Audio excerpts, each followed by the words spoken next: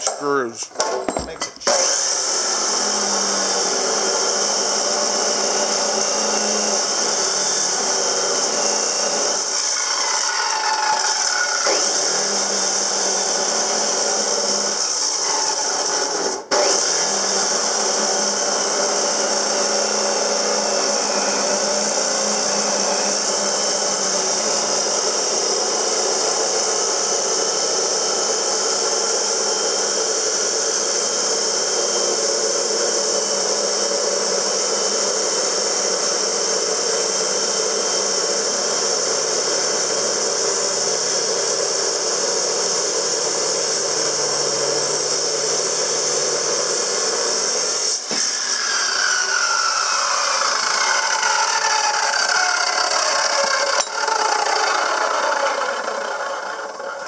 So, think that's funny? Pat your head. Oh, it's hot. Let me get something on fire here. Not exactly thrilled with the way this turned out, but Will do. no, it'll work just fine because one side is level, the other side isn't. Ow, ow, ow, ow, ow, ow, ow, you son of a bitch. Okay, so now you gonna tell them what we're up to? Or do you want me to? I'll tell. Alright, so what are we doing? Alright, so we got this piece of steel here that we're gonna be putting up against the sleeves. We're making a sleeve, what? Retractor.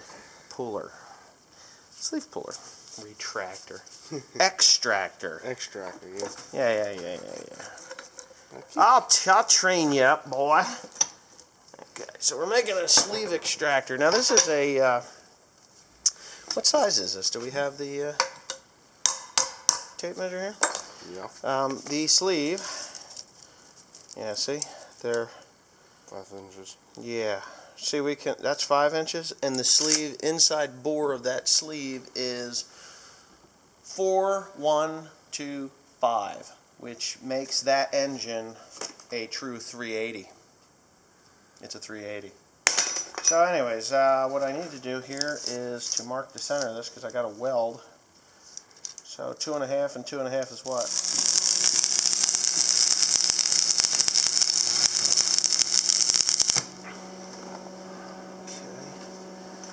Kind of what I'm doing here is I'm building up the weld.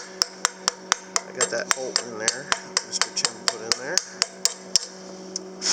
and as long as that thing is loose, we should be okay. But I'll build up the weld a couple of spots, and then I'll be able to fill the gap. And I will do that on both sides. And this should work out pretty easy.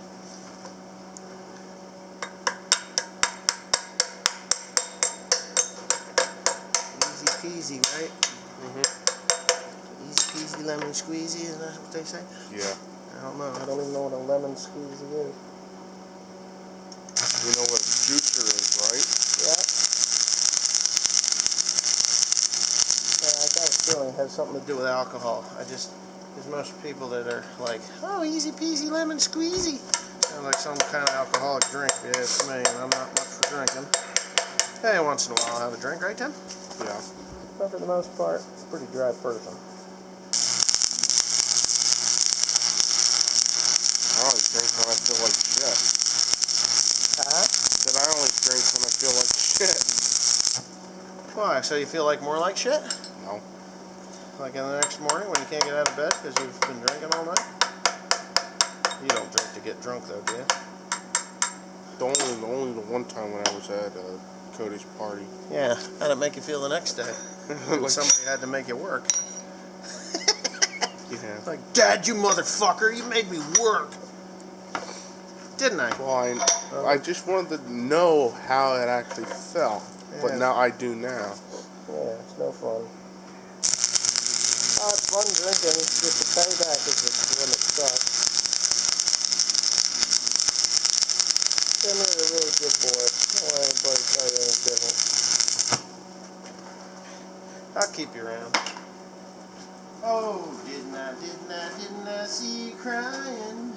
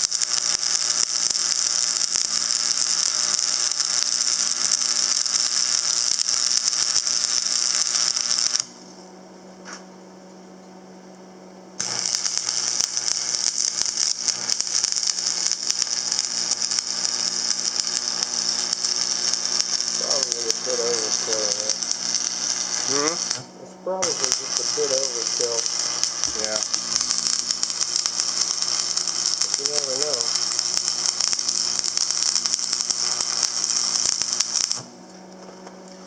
Alright, watch yourself. You always want to throw your rods in the direction that they're not going to catch shit on fire.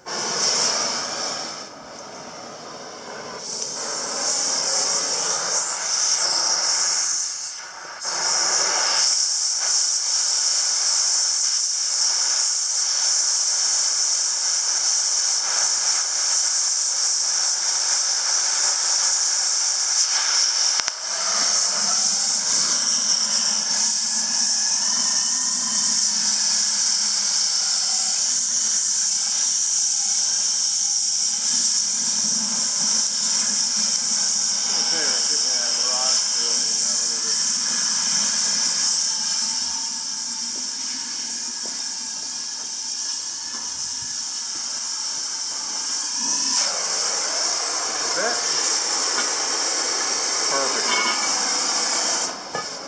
Okay. Now, let's see what we can do with this thing and get it cooled off. It's got to be an ice puddle out here, huh?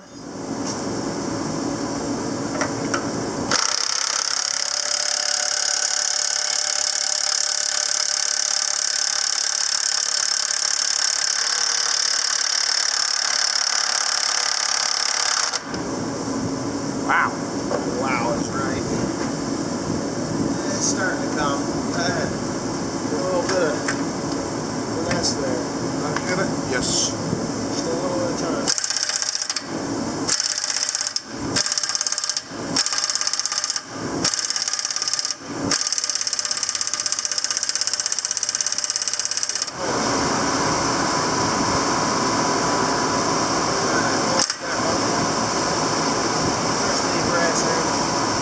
On the bench.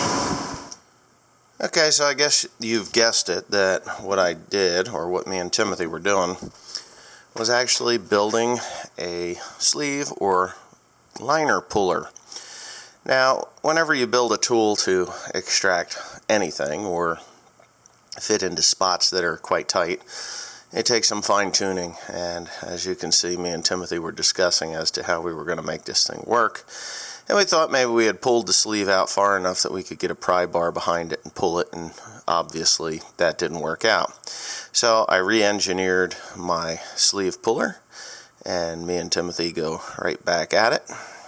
As you're seeing right here, a little bit of elbow grease about to happen there with the adjustable wrench, and you can see the liner coming right on out.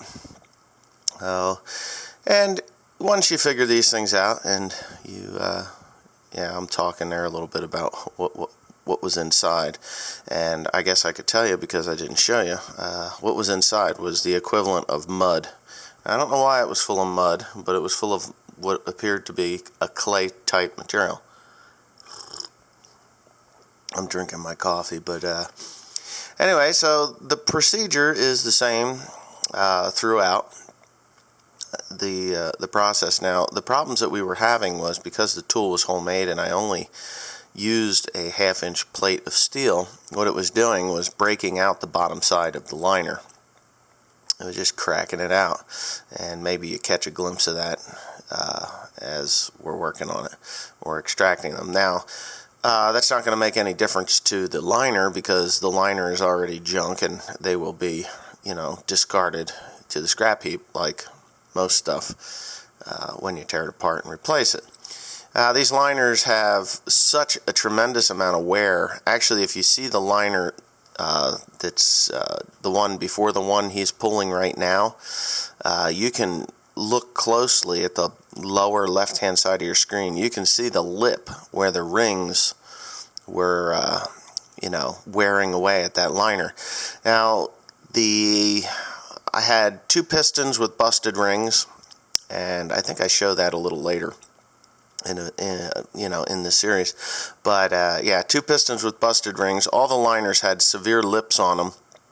The number 1 liner, meaning the one closest to the front of the block, that liner had actually was moving around inside the block, which is a big no-no as far as the it's a big no-no what happens then is where the liner seats down in the bottom of the block, it becomes egg-shaped.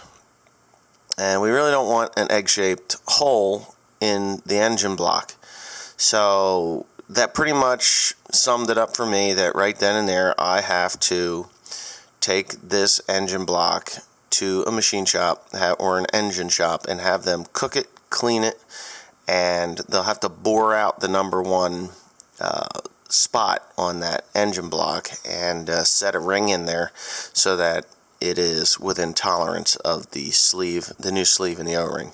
But anyways, that's it for this particular video. I hope you enjoyed the build and the removal of these engine sleeves, and stay tuned for tomorrow where I continue to tear this thing apart and I'll show you what I have up on the bench. Thanks for watching. Please comment, rate, and subscribe, and don't forget to check out Patreon.